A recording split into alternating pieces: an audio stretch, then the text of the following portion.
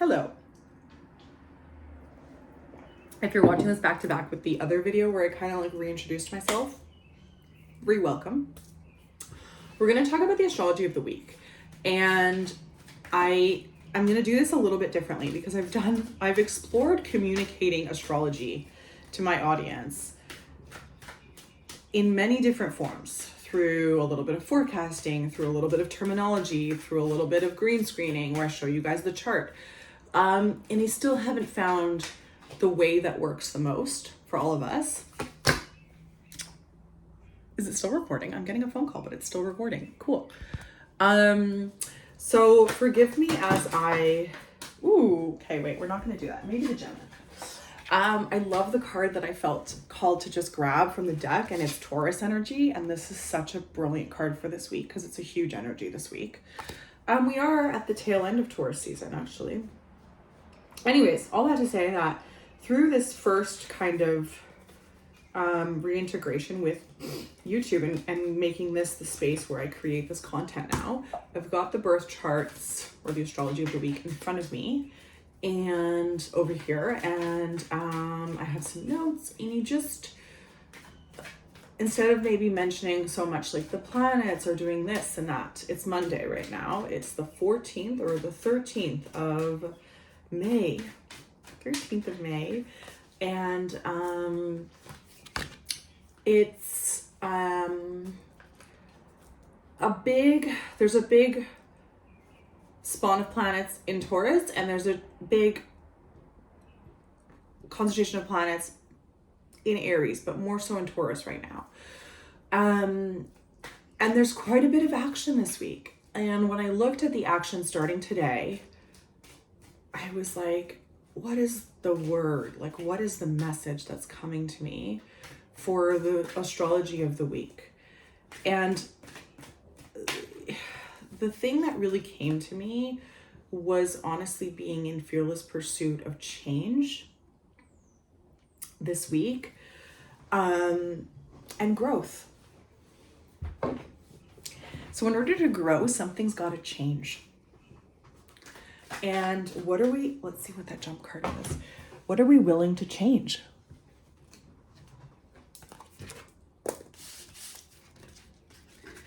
So the cards here, this is my astrology deck.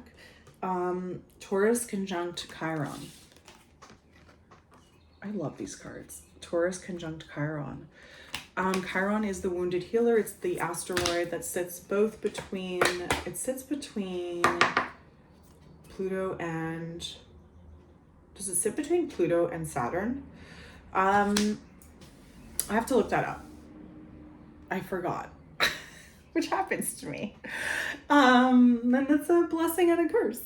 But anyways, it's at the tail end of the planets, and it has a huge impact though, because it's a subconscious effect on us, and it wants us to really look at our pain and what ails us, and it wants us to work with it and integrate that pain into our day-to-day lives so that we can face it and have fearlessness around it and move through it. And pain often looks like triggers. It looks like frustration. It looks like anger. It looks like depression. It looks like sadness. It looks like illness. It looks like we can't function, and it drags us. And in my experience, socially, pain comes at the level of talking poorly about other people or each other, and creating this illusion like we're strong and we can handle it. But when we're really looking in the mirror, we're just kind of blowing smoke in our pipes. And I think we have to cut that right now. We got to cut the cord with that. So when I think about these cards, Taurus conjunct a zodiac sign conjunct Chiron, I think about having that wounded energy rooted in us, and where we're willing to look at what I see in the astrology is our relationships. And a lot of healers will tell you that your relationship is a mirror to your relationship with yourself, and I don't disagree with that at all. I do not disagree with that at all. So we've got to be willing to look at where our relationships are frustrating us, where we feel stuck in our relationships, where we want to outgrow certain relationships, and the action steps that we want to take and that we want to be in pursuit of to make a change happen. I think we're looking at a 6-month pipeline here to create the thing, to make the thing happen. Mars is in Aries, and we do love a Mars in Aries moment because it is in its domicile, is what it's called in astrology. And that means that it has more power and more momentum, and it means it's going to magnetize more energy. That's really powerful, and we could use that to our advantage to do the damn thing. And it's happy this week, Mars. It's really happy this week. I think there's a bit of a push-pull with the way that we speak of ourselves this week, and of our wounds, and of our pain, and of our relationships, and of others. So if you're feeling called to talk the shit, you want to look at why you're feeling that way. Like, who is triggering you? Who's bothering you? Who's hurting you? What's ailing you? What do you need to kind of ground yourself in to move past that? Mercury, the planet of concentration, communication, details, network, all of that, social media, it's going to help us this week because it is going to move into Taurus. So we will feel a little more patient with our processing and really looking at things. If it's moving into Taurus, it's because it's leaving Aries. And in Aries, it was like silver-tongued. Is that the expression? You want to kind of, we're going to take a step back, and we're kind of going to look at how we speak to each other and ourselves and others through Mercury moving into Aries, from Aries into Taurus. But at the end of the week, it's going to make an aspect to Pluto, and Pluto and Chiron here have a lot in common, because depending on where we're at with the pursuit of feeling good in our own skin, feeling good about ourselves and the people around us in our lives, our pain is going to cast a really, really big cloud, a shadow. It's going to feel like punches and like we just can't shake the ugliness of the situation. And if you feel that way towards the end of the week, it's because you're being invited to move away from the energy that is not serving you, that is not working for you. So I feel like I'm going to leave it at that. It's time for a change. We're still in it, but we're a little bit resisting the change. And I think the change this week is going to invite us to look at our pain. And if you followed any kind of astrologer, healer, like guide person in the last little while, we're probably all saying similar themes. Like, it's really important for us to be willing to look at our crap because it's coming up. It's coming up. Saturn, which is the planet of like, you do the damn thing and you do what you got to do to make it happen, is in Pisces for like the entire year.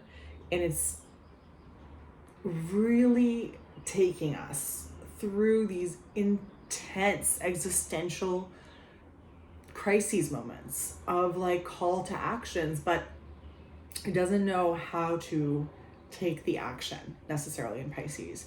It feels a little bit of out of touch and lost. So these moments where we're just, the energy can be a little more volatile, as I would say this week. It's feeling like a slow drag of tougher stuff coming up for us.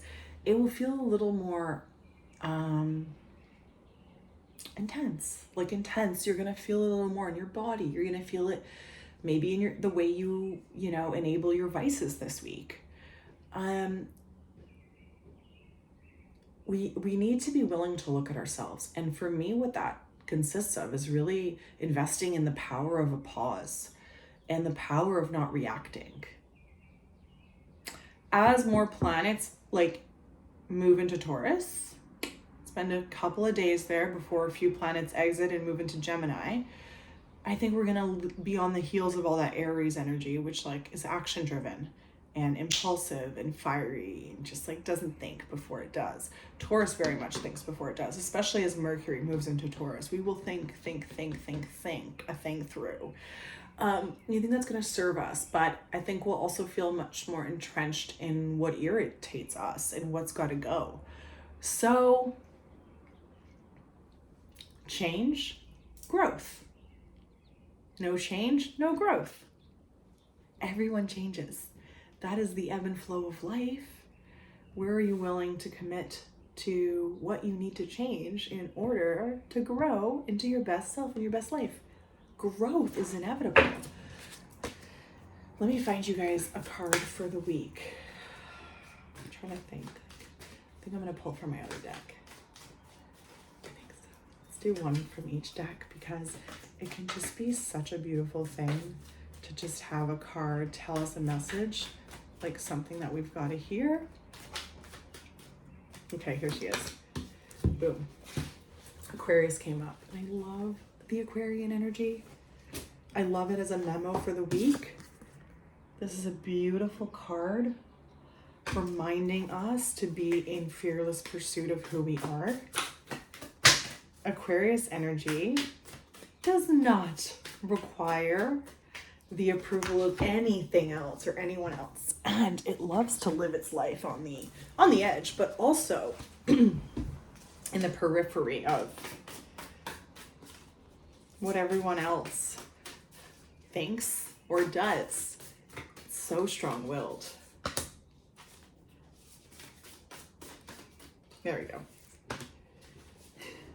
Okay, guys. So, I'm like, I'm going to pull one card. I pulled a couple, obviously. So I think we're feeling a little bit lost. We've got the Knight of Wands here. This for me is Mars energy. This card for me symbolizes that there's a tremendous amount of Taurus energy. And what's happening is that right now Mars is feeling like it's left in the dust as one of the sole planets in Aries right now. After all these planets exited Aries to get into Taurus, and now the impetus to do a thing is feeling like it's really, really having to look cautiously and selectively at its action steps. But this card here wants to just go forward. So we are feeling stuck, and I think that's where the change comes in a little bit. Reversal means it's like a little bit stuck. The Eight of Emotions, the Eight of Cups. What are you walking away from since the eclipse? The eclipse was on the 8th of April. What are you walking away from since the eclipse? And what has been coming up for you since that? What can't you shed? And what have you shed since the eclipse, okay? Because this is like almost a moment to fruition. It's also almost like a full circle moment. But there's still change that's knocking at our doorstep. And we're feeling a little bit stuck in how we can fully be in pursuit of that change and what needs to get done to make it happen. I think clarity will come at the end of next week, at the end of this week, into next week. Next week, we're going into a really big full moon moment though, on the 23rd of May. So there is a buildup towards that as well, okay? So this week's energy is serving to build that wave, that momentum. And it's gonna be a big one because there's a lot of juice around the 23rd that's coming into focus. But what are you in pursuit of? And where are you being asked to be fearless around the changes that need to happen? And those changes feel like they're relational. Your relationship to things, your relationship to your material well-being, your relationship to your relational well-being, your relationship to people-pleasing, your relationship to your resources and the things that you identify with. What if that is changing? You want to take action before the action drags you. That's how I see it, no? Thank you for watching. Leave me a comment below if you have any questions. I would love to meet you. And I'll see you in the next one. I'm really happy to be here. So thank you so much for spending some time with me today.